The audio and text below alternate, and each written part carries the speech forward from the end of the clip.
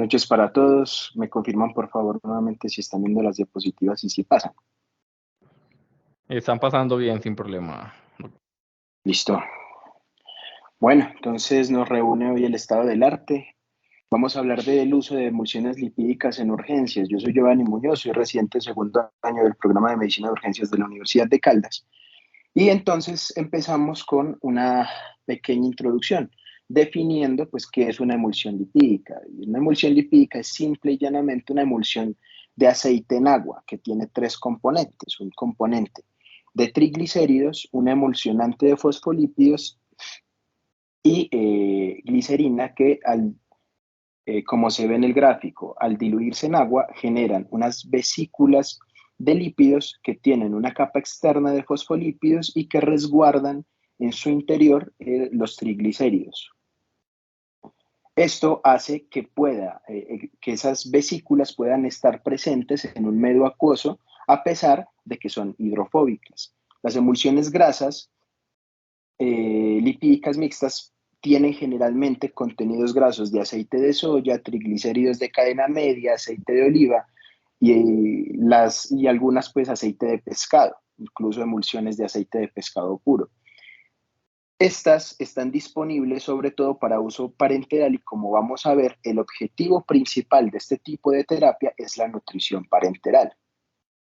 Existen múltiples tipos de emulsiones lipídicas. Tal vez la que nosotros conocemos más a fondo pues es la Intralipid, ¿cierto? Que tiene un contenido alto de aceite de soya, que como fosfolípidos utiliza derivados del huevo, que utiliza glicerol y que tiene un porcentaje de triglicéridos de cadena larga del 100%. Sin embargo, existen muchas otras marcas que tienen unas diferencias bastante pequeñas respecto pues, a la que nosotros conocemos y manejamos con más regularidad. Pero como vamos a hablar no de nutrición parenteral, sino de intoxicación y de manejo de las emulsiones lipídicas en intoxicaciones, entonces vamos a hablar del mecanismo de acción. Y resulta, ya vamos a dar pues un repaso a la línea del tiempo histórica de la evolución de este medicamento, pero que cuando se empezó su uso, se definía o se sabía que el mecanismo de acción probablemente estaba dado por un secuestro intravascular del tóxico por las vesículas lipídicas que les mostré inicialmente y que iba a evitar la redistribución a los tejidos biológicamente inertes. Pero además se postuló que este efecto de las emulsiones lipídicas podría aumentar la utilización de ácidos grasos y aumentar la síntesis de ATP, y que además podría tener unos efectos cardiotónicos y canaliónicos. Y esto lo vamos a ver reflejado en esta gráfica, en donde podemos ver que a través del tiempo, y este es un artículo de revisión del año 2023, en donde se toma toda la evidencia que existe sobre el mecanismo de acción de las emulsiones lipídicas y se sintetiza en estas 6 teorías que son las que consideramos actualmente de uso. Primero, que la redistribución del lípido, ¿cierto?, a los tejidos de objetivo por medio de un mecanismo que se conoce como el sumidero lipídico, que simplemente es el secuestro del xenobiótico por las vesículas lipídicas, y que es conocida con ese nombre del sumidero lipídico. Pero también entonces existe una teoría metabólica en donde esa aumento mitocondrial de absorción de ácidos grasos genera una mayor producción energética que se define como mayor producción de ATP, y se generando entonces que los xenobióticos que tienen impacto sobre mecanismos mitocondriales pues se tengan un antídoto específicamente para esto. También tenemos una teoría de membrana, una teoría inotropa, en donde existe una limitación por interferencia tóxica a los canales de calcio y permitiendo la entrada de calcio a través de los canales de calcio dependientes de voltaje.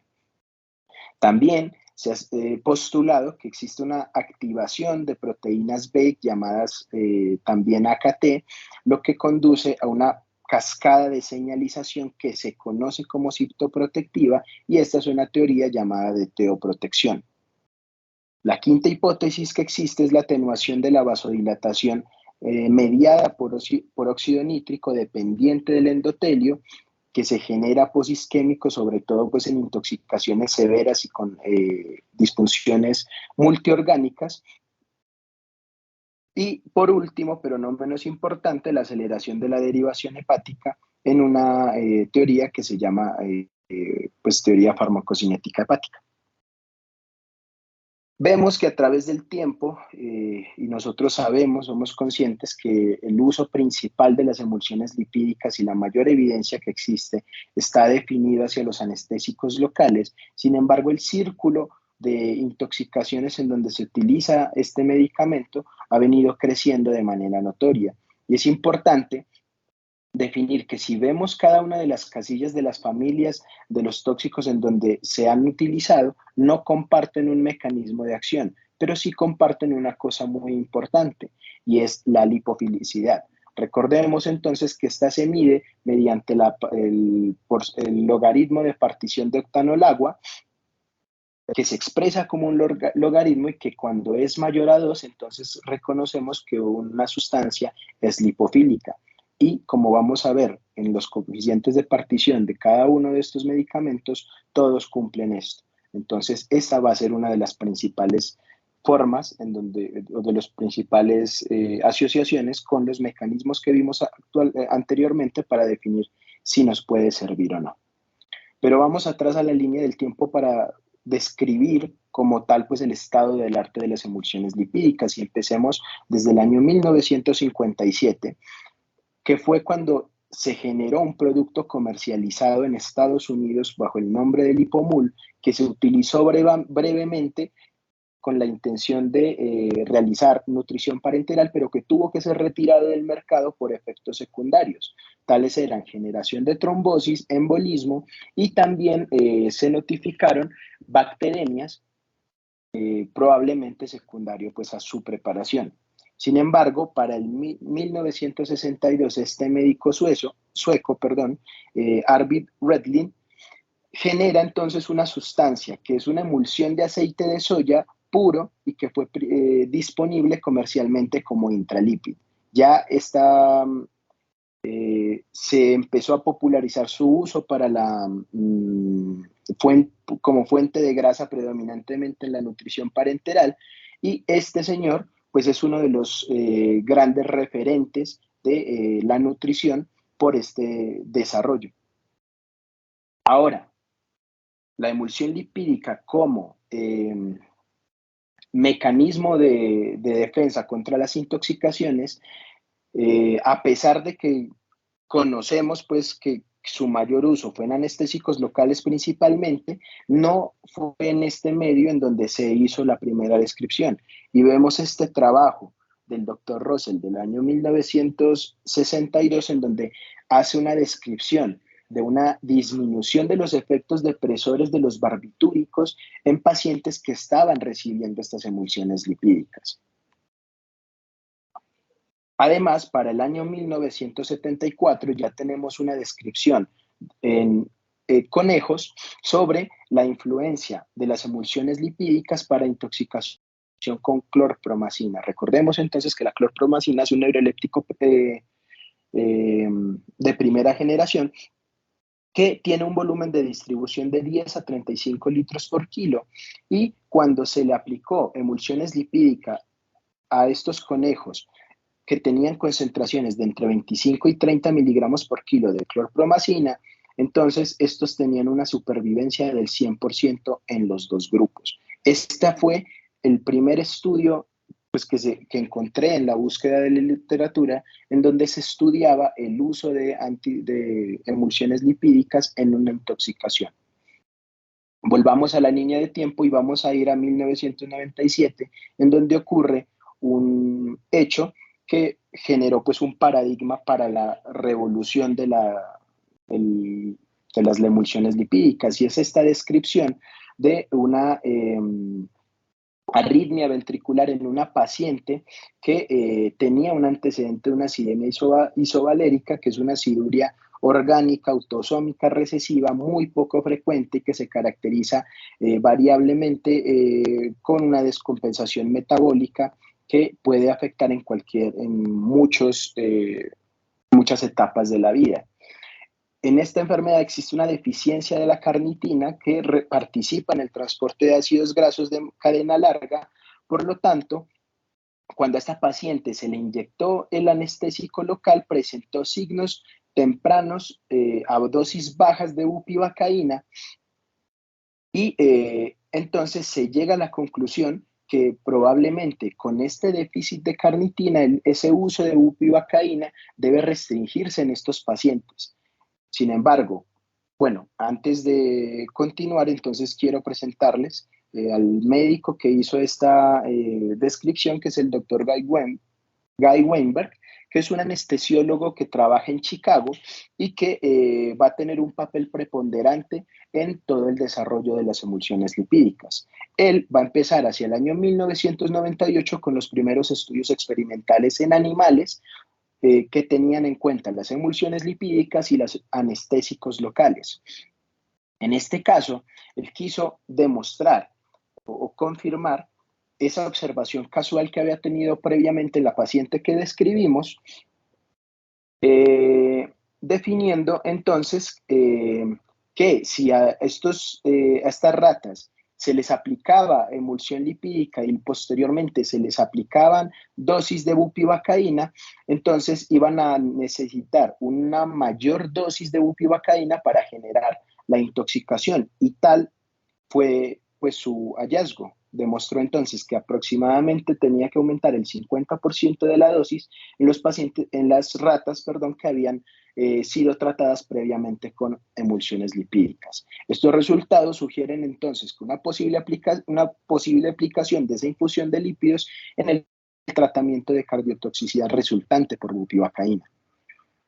Ya para el año 2003 se vuelve a hacer un estudio en animales en donde se realiza un estudio con 12 perros, de los cuales en este caso el experimento avanza hacia una dosificación inicial de bupivacaína hasta que se presentara una asistolia. Se iniciaba en ambos grupos de perros la reanimación mediante masaje cardíaco directo y se seguía con un bolo de solución salina en el grupo de control, infusión lipídica al 20% en el grupo de tratamiento. ¿Qué se encontró? Que a los perros, a los 6 perros a quienes se les aplicaron las emulsiones lipídicas sobrevivieron, mientras que los 6 perros que recibieron solo solución salina murieron. Además de esto, la hemodinámica que se midió en estos pacientes, en estos perros, fueron pues mucho menores y finalmente no se recuperaron. La conclusión entonces de este estudio es que esa infusión de emulsión lipídica durante la reanimación en pacientes que ya tenían la toxicidad cardíaca por bupivacaína mejora las constantes hemodinámicas y aumenta la supervivencia. Nuevamente vamos a la línea de tiempo y vamos entonces al primer reporte de caso en humanos que se dio en el año 2006. Este es el grupo de Rosenblatt, en donde refieren que un paciente de 58 años que tenía un antecedente de enfermedad arterial fue a un procedimiento electivo para hombros, se le hizo un bloqueo interescalénico con bupivacaína y posterior a esto presenta una convulsión, un paro y una sistolia con intervalos de taquicardia ventricular que eran refractarios al manejo por el grupo de cuidado crítico. Uno de los miembros del personal recomienda entonces, teniendo en cuenta los estudios del Dr. Weinberg, una terapia lipídica intravenosa, y el paciente recibe intralipid del 20% con paso a mecanismo sinusal con presión arterial normal. Refieren que el paciente fue extubado y se recupera sin déficit neurológico.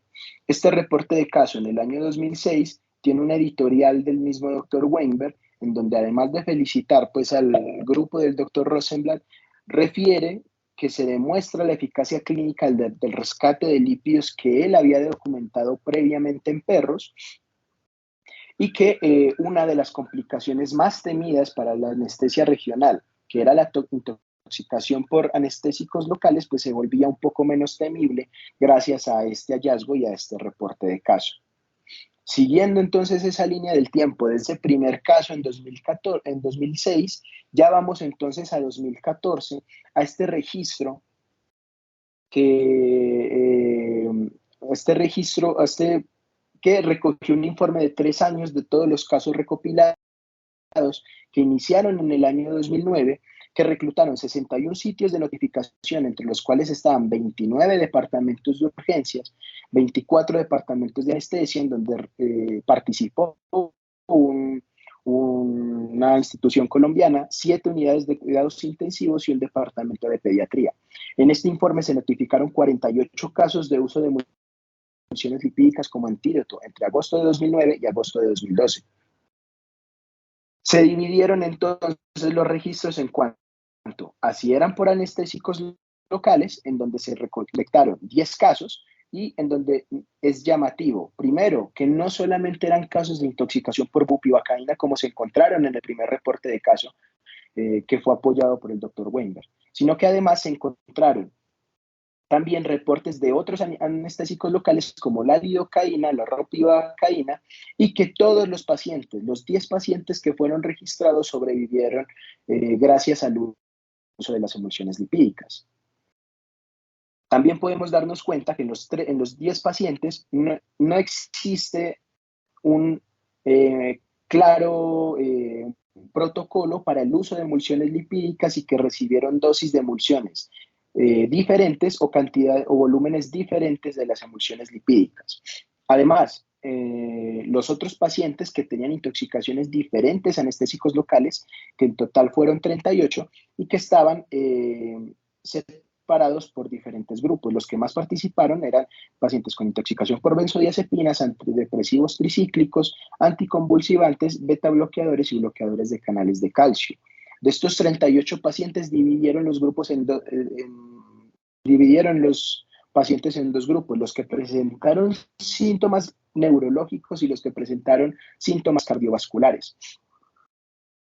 En este grupo se tuvieron 3 muertes a pesar del manejo con emulsiones lipídicas. Sin embargo, pues se puede ver que hubo pues una buena respuesta en la mayoría de los casos.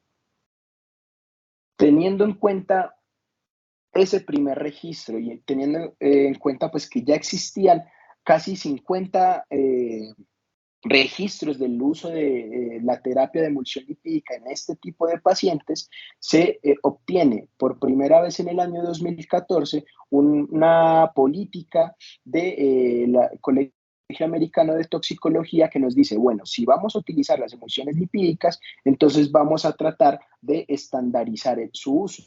Y es la primera vez en donde se habla de una dosis de un bolo de 1.5 mililitros por kilo y una infusión seguida de 0.25. Los pacientes que presenten asistolia o actividad eléctrica sin pulso que no responden al bolo, se puede repetir la dosis y que se puede repetir hasta una tercera vez según esta política si los pacientes no responden. Y lo que ellos sugieren en este caso es interrumpir después de 1 hora o menos si el estado clínico del paciente lo permite. Ya para el año 2015 tenemos entonces una primera mención en las guías de reanimación cardiopulmonar de el uso de emulsiones lipídicas en pacientes que tienen parada cardíaca, en este caso secundaria intoxicación por bupivacaína. A partir de acá, entonces, voy a dividir la charla pues, en los 2 grupos que venimos mencionando después del registro lipémico, y que son los anestésicos locales y los que no son anestésicos locales. Para los anestésicos locales, entonces, hay que recordar que la bupivacaína ha sido pues la que más registros tiene y la que de manera primaria pues se realizó el registro de esta intoxicación. Sin embargo, ya existen otros registros para esta época de otros anestésicos locales utilizados. Se define entonces que se debe conocer la dosis máxima de cada uno y que se pueden utilizar marcadores para determinar esa dosis máxima. La que más conocemos es la epinefrina. ¿Por qué? Porque cuando aplicamos anestésicos locales con epinefrina, podemos tener cambios en los signos vitales que nos pueden permitir definir si estamos en un espacio vascular o con contacto vascular, en donde tendríamos mayor riesgo de tener una intoxicación por anestésicos locales. Y todos esos esfuerzos, desde los estamentos de anestesia regional, nos definen entonces que debemos reconocer rápidamente la intoxicación por anestésicos locales, teniendo en cuenta que se pueden presentar síntomas subjetivos de excitación del sistema nervioso central inicialmente, que llevan a la convulsión y después llevan a depresión del sistema nervioso central hacia el coma, pero que también existen signos iniciales de toxicidad cardíaca que pueden presentarse de manera simultánea con las alteraciones del sistema nervioso central o puede presentarse solamente toxicidad cardíaca sin pródromos del sistema nervioso central. El tiempo de presentación va a ser va a ser importante para determinar la posibilidad de entrada de ese anestésico local, porque si se da de manera inmediata, es decir, en los primeros 60 minutos, es probable que yo haya realizado una inyección intravascular. Si se presenta de manera tardía, entre unos 5 minutos, sugiere una inyección intravascular intermitente o indirecta, y más de 15 minutos y ocasionalmente hasta más de una hora puede explicarse por un aumento o una dosis supraterapéutica del anestésico local. Lo que nos recomiendan es tener un umbral bajo para considerar este diagnóstico en estos pacientes, dado que sobre todo para esta época, pues se tenía una alta tasa de mortalidad en los pacientes que presentaban estas intoxicaciones. Este es el primer consenso que se realiza en el año 2017 por parte de la Sociedad de Anestesia Regional, que retoma esas indicaciones que se habían dado previamente, pero que nos dan otras pautas que son muy importantes para el manejo, y es que se debe continuar la infusión durante al menos 10 minutos después de que se tiene estabilidad en el paciente, que la emulsión lipídica, la dosis tope es de 12 cc por kilo, que el control de las convulsiones se debe hacer con benzodiazepinas y evitar el propofol, que es una tentación, sobre todo al inicio de estos registros, porque recordemos que el propofol viene diluido en soluciones lipídicas.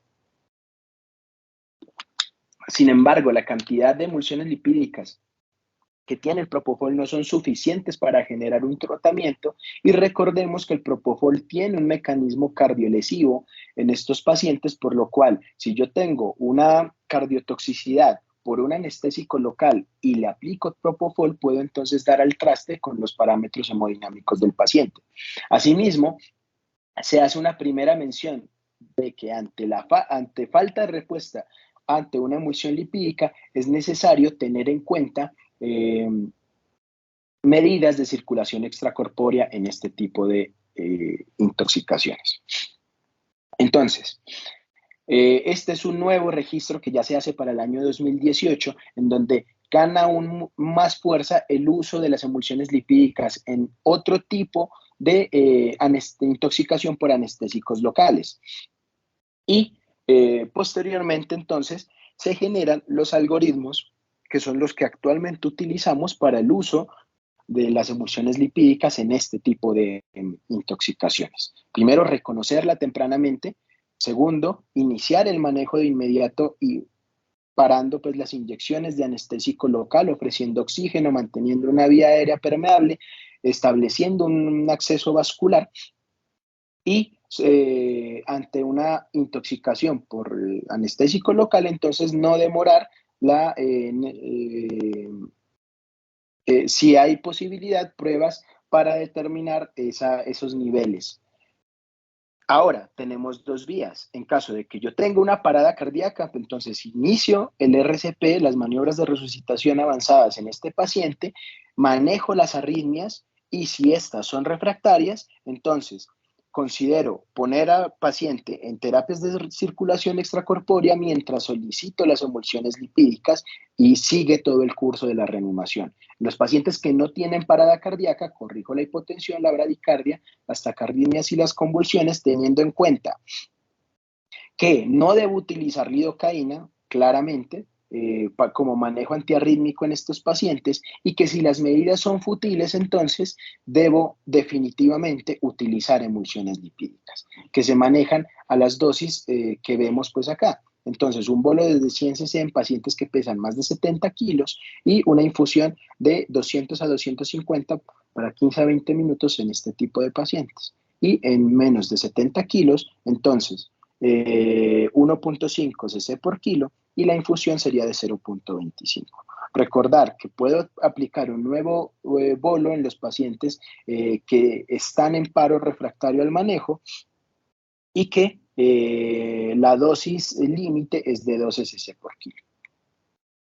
Ahora, en cuanto a las intoxicaciones diferentes a anestésicos locales, como ya lo vimos, existe una plausibilidad biológica para el uso de este tipo de antídoto en estos. Primero, pues ya hablamos de la partición de octanol-agua, que es el parámetro más utilizado para definir la lipofilia, que reconocemos cuando es superior a 2, que se considera como una sustancia lipofílica, y que a través de los últimos años, en las múltiples intoxicaciones graves, se han generado múltiples reportes de caso, informes o estudios observacionales e incluso estudios experimentales en animales que pueden apoyar el uso de la emulsión lipídica en estos medicamentos. Sin embargo, claramente existe una menor evidencia que respecto a los anestésicos locales.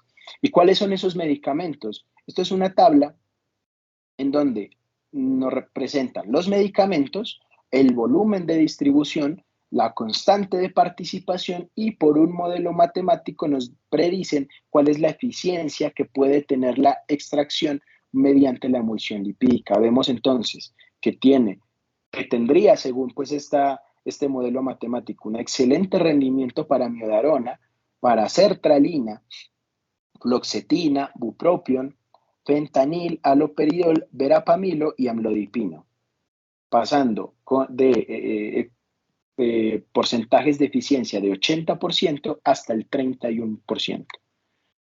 De acuerdo a esta plausibilidad biológica, a los informes que se han generado y a los estudios en modelos animales, entonces se viene un consenso sobre el uso de emulsiones lipídicas en otro tipo de intoxicaciones. Y vamos a hablar puntualmente pues de las más importantes. Primero, antidepresivos tricíclicos. Recordemos que se siguen utilizando en el tratamiento de depresión y tienen otras indicaciones como trastornos del sueño, dolores neuropáticos, migrañas, y que además el tratamiento estándar para este tipo de intoxicación es el manejo de apoyo, sobre todo teniendo en cuenta la posibilidad del bloqueo de los canales de sodio, en donde utilizamos bicarbonato de sodio para mejorar pues la condición de los pacientes. El panel de expertos desarrolló unas recomendaciones teniendo en cuenta que solamente hay un ensayo clínico aleatorizado en humanos que se presentó en Marsella en el año 2013 y que lastimosamente no demostró beneficio de las emulsiones lipídicas en este tipo de intoxicación. Sin embargo, las recomendaciones serían, en caso de paro cardíaco, como una recomendación neutral, en intoxicación grave, pero no como manejo de primera línea, y utilizar de último recurso cuando otros medios han fallado. En cuanto a los betabloqueadores, también recordemos que esta intoxicación por betabloqueadores pues, genera unos síntomas cardiovasculares que pueden ser bastante refractarios y tenemos un claro ejemplo en los pacientes que tienen intoxicación por verapamilo, que hacen unas inestabilidades hemodinámicas y vasoplegia que es refractaria a todo tipo de manejo y estamos hablando de betabloqueadores. Que pueden dar al traste con las constantes hemodinámicas del paciente. Existen unas medidas farmacológicas en este grupo de de pacientes como pues, el glucagón, las insulinas a dosis altas, las catecolaminas y el reemplazo de líquidos. Y además, pues en estos pacientes se ha propuesto como medidas tempranas la oxigenación por membrana extracorpórea.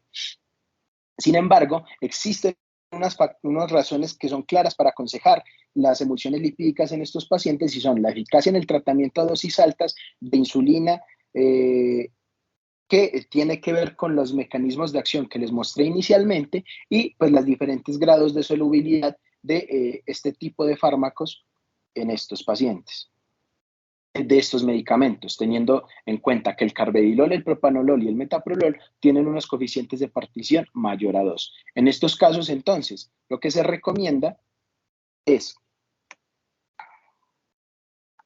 utilizarlos en paro cardíaco. En este caso, la recomendación es neutral y en intoxicación grave, pero nuevamente no como terapia de primera línea.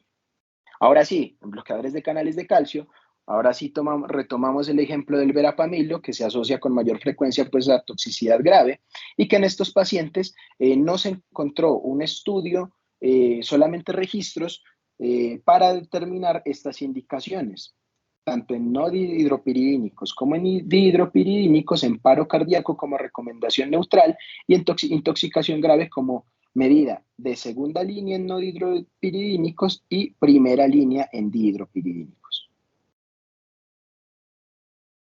Esto me pareció bastante llamativo y fue el uso de las emulsiones lipídicas en intoxicación por cocaína. Recordemos pues que es un simpático mimético que puede producir inestabilidad hemodinámica por ese síndrome adrenérgico que genera hipertensión y taquicardia, que también puede actuar como un bloqueador de sodio cardíaco y neuronal, y que teniendo en cuenta este mecanismo fisiopatológico, entonces las emulsiones lipídicas podrían tener también un papel en el manejo de esta intoxicación. Nuevamente, no existe suficiente evidencia para hacer una recomendación a favor en paro cardíaco y tampoco se recomiendan como terapia de primera línea.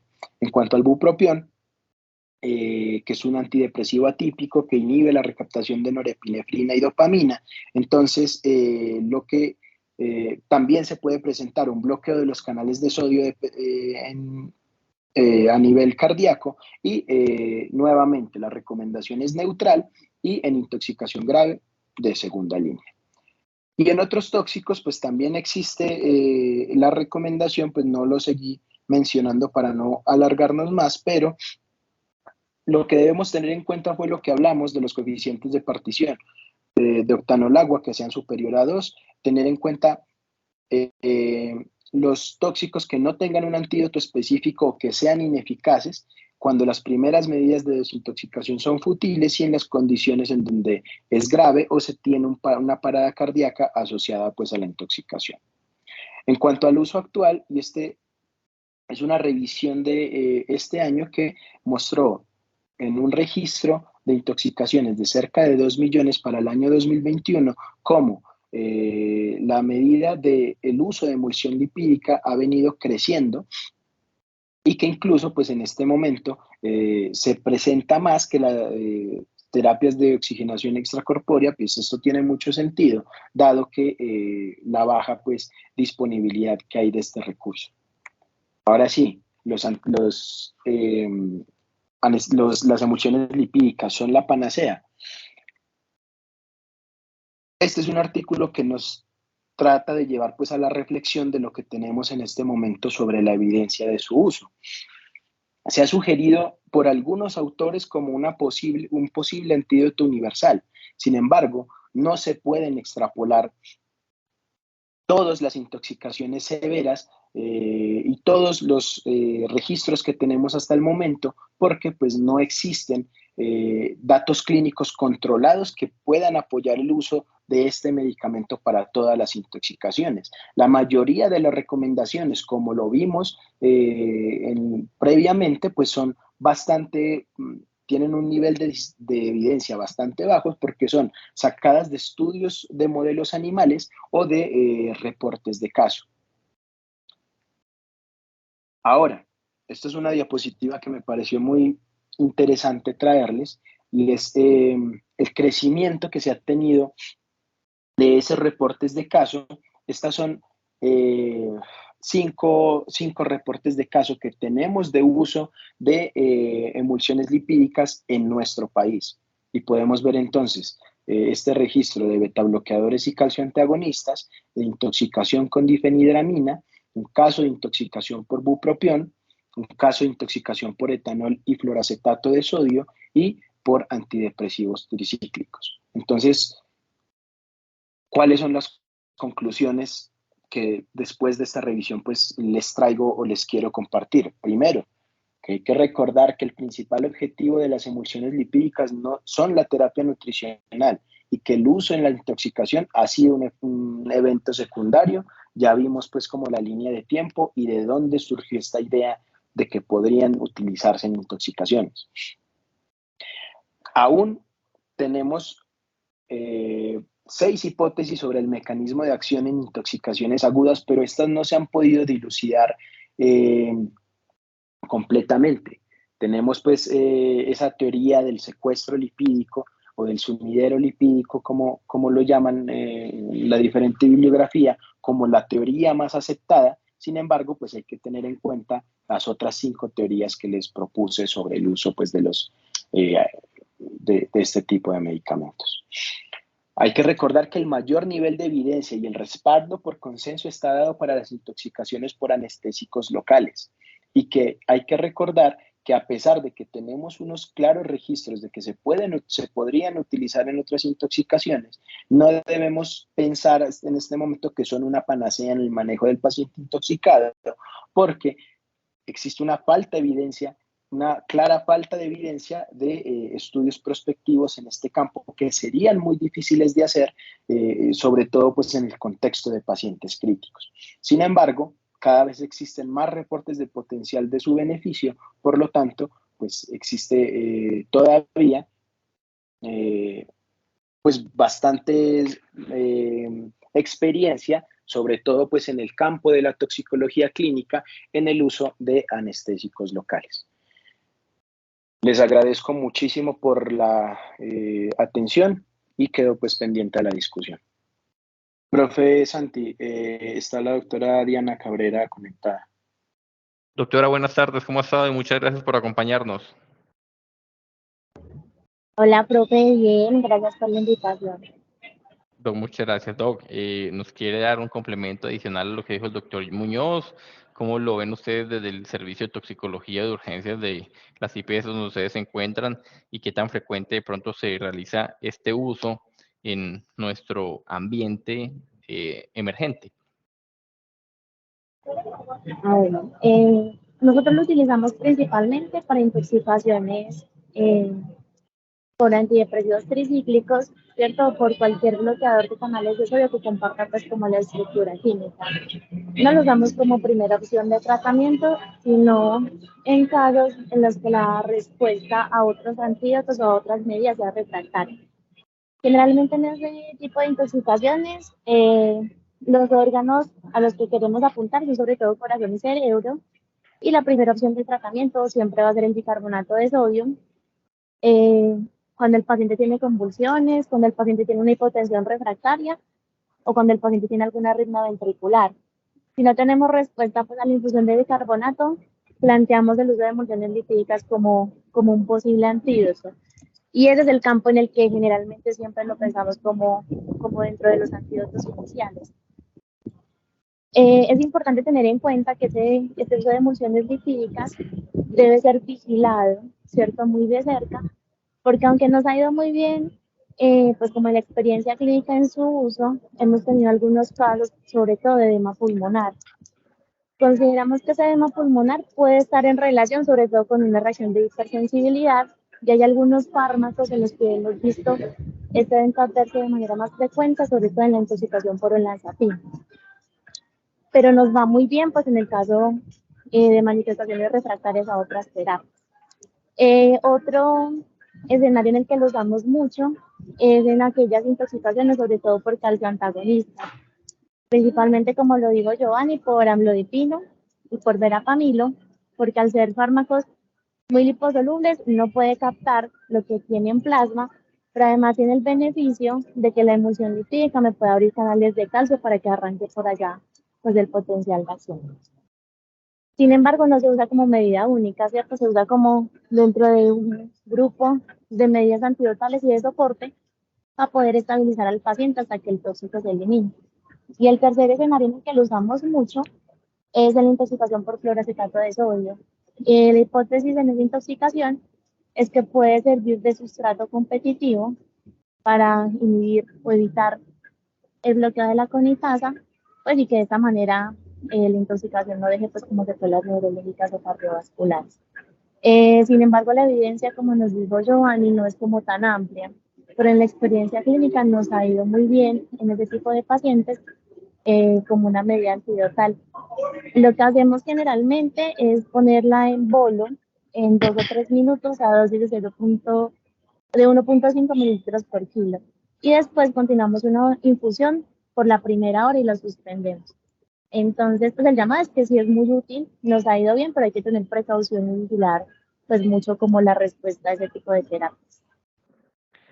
Perfecto, Doc. Aquí una pregunta por desconocimiento propio. ¿El uso de ese tipo de medicamentos ustedes lo están utilizando por vía periférica o obligatoriamente requieren una vía central? Para ese paciente manejo No, emergente, ¿cómo lo están haciendo? total, o sea, al inicio pues nos decían como muchos profes que tienen como experiencia en el manejo que siempre tenía que ser con una vía central, pero nosotros la empezamos a montar periférica y nos ha ido muy bien. Entonces sí la montamos periférica, no hemos tenido flebitis. Incluso la literatura habla mucho de la embolia pulmonar como una complicación que uno podría esperar, pero en la práctica clínica no lo hemos visto. Lo que sí vemos mucho es un edema pulmonar que se presenta sobre todo con lanzapina. Creemos que puede haber alguna interacción pues, entre metabolitos o excipientes de estos dos medicamentos y que por eso se produzca como el evento adverso. Porque cuando lo usamos pues, con otro tipo de fármacos como amitriptilina, difenhidramina, no hemos tenido ese comportamiento.